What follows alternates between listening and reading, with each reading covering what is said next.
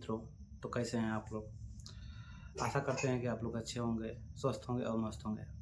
मैं BPSC TR 3 junior में selected हूँ और मैं अपना स्ट्रेटजी आप लोगों से शेयर करना चाहता हूँ कि मैंने इस परीक्षा में कैसे प्रिपरेशन किया और इस एग्ज़ाम में मैंने कैसे सफलता पाई।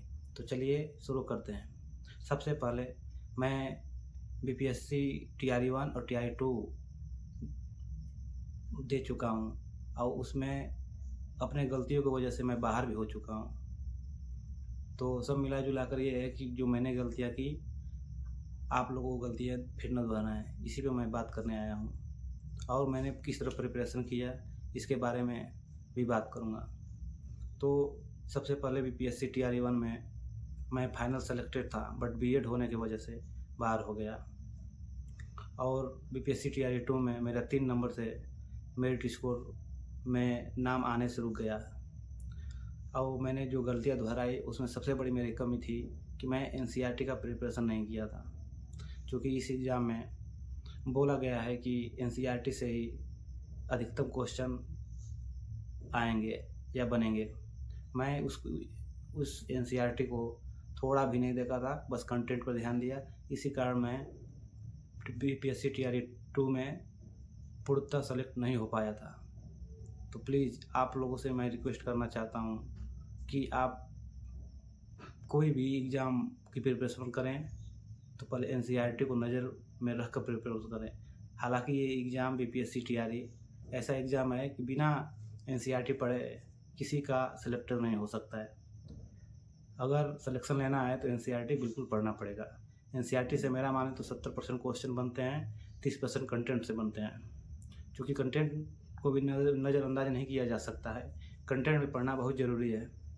इसके लिए मैं बोलूँगा कि आप एनसीईआरटी 6 to 8 अगर प्राइमरी वाले हैं तो 6 to 8 पढ़ना बेहद ज़रूरी है।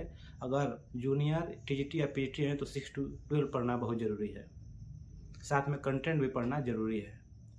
और दूसरी चीज़ कि मैं ये चाहता हूँ कि आप इस प्रिपरेशन में जब लगे हुए हों तो पूरे जुनून के साथ, अच्छे हिम्मत के साथ लगिए, ताकि ये एग्ज़ाम बहुत ही धैर्य और संघर्षों का रहा हुआ है। मैं तो तीसरी बार में सिलेक्ट हुआ हूँ।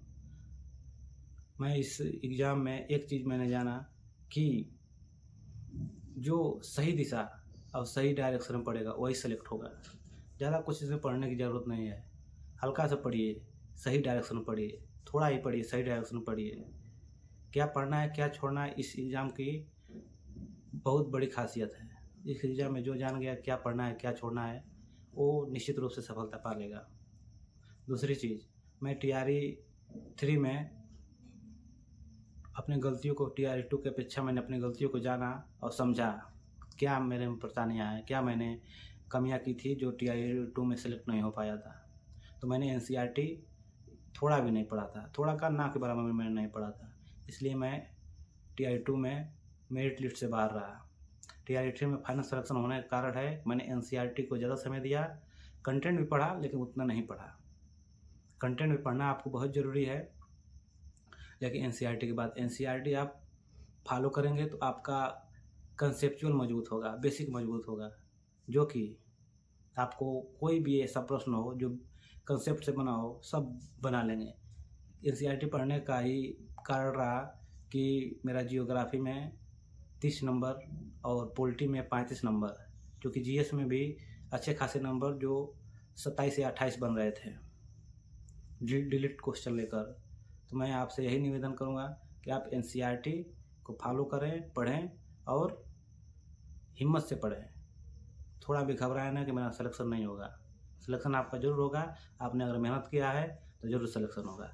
आगे मैं अपने इस स्ट्रेटजी सेकेंड वीडियो में बनाऊंगा और आप लोगों को बताऊंगा कि मैंने कौन कौन सी बुक लिस्ट फॉलो किया, किस किस तरीके से मैंने पढ़ा। क्योंकि वीडियो ये लंबी हो जाएगी, तो बस यहीं तक रखते हैं। जय हिंद, नमस्कार।